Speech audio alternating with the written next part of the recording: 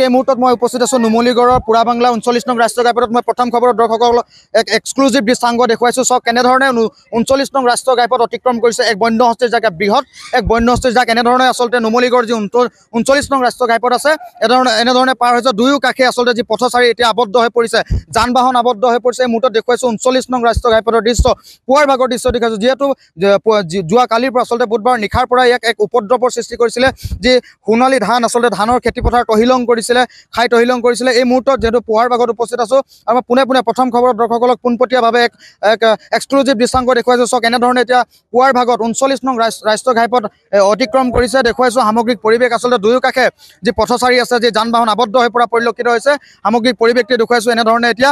চক এনেধৰণে এতিয়া মই যদি মোৰ কেমেৰাত যদি দেখাই আচলতে এনেধৰণে এতিয়া বন্য হস্তী 39 নং ৰাষ্ট্ৰীয় ঘাইপথ অতিক্ৰম কৰি আছে। এক এক্সক্লুজিভ দৃশ্যাংগ দেখুৱাইছো। ইয়াত আচলতে বহু হাজাৰ ৰাইজে এতিয়া আচলতে এই বন্য হস্তীক চাবৰ বাবে হাজাৰ ৰাইজে বন্য হস্তীক চাবৰ বাবে এতিয়া পথৰ দুই কাষে ভিৰ কৰা পৰিলক্ষিত হৈছে। যদি মোৰ কেমেৰা পাৰ্চনক মই দেখুৱাবলৈ অনুৰোধ জনাম। এনেধৰণে আচলতে সকলো পথচাৰীয়ে নিজৰ মোবাইলত আচলতে এই দৃশ্য আবদ্ধ কৰিবলৈ সকলোৱে প্ৰত্যক্ষ কৰি আছে। সকলো ৰাইজ এতিয়া ওলাই আহে, হাজাৰ ৰাইজ ওলাই আহিছে। দুয়ো কাষে পথচাৰী এতিয়া আবদ্ধ হৈ পৰিছে। পুৱাৰ ভাগৰ দৃশ্য দেখুৱাইছো 39 নং ৰাষ্ট্ৰীয় ঘাইপথত এনেধৰণে আচলতে জাকে বন্য হস্তী এতিয়া 39 নং ৰাষ্ট্ৰীয় ঘাইপথ অতিক্ৰম কৰিছে। দেখুৱাইছো আচলতে পোৱালিসহ এনেধৰণে এতিয়া বৃহৎ এক বন্য হস্তী যাকে এই 39 নং ৰাষ্ট্ৰীয় ঘাইপথ অতিক্ৰম কৰিছে। আৰু দুয়ো কাষে আচলতে যি পথচাৰী আছে, যান বাহন আছে, সকলো আবদ্ধ হৈ পৰিছে। আৰু যোৱাকালি নিশাৰে পৰা আচলতে এই অঞ্চলত এই পুৰা বাংলা, পাৰ্বতীপুৰ, হালোৱা গাঁও আদিকে কৰি সমগ্ৰ বৃহত্তৰ যি মৰঙী অঞ্চল আছে, এই মৰঙী অঞ্চলত এক উপদ্ৰৱৰ সৃষ্টি কৰিছিলে, খাই তহিলং কৰিছিলে সোণালী ধাননি পথাৰ।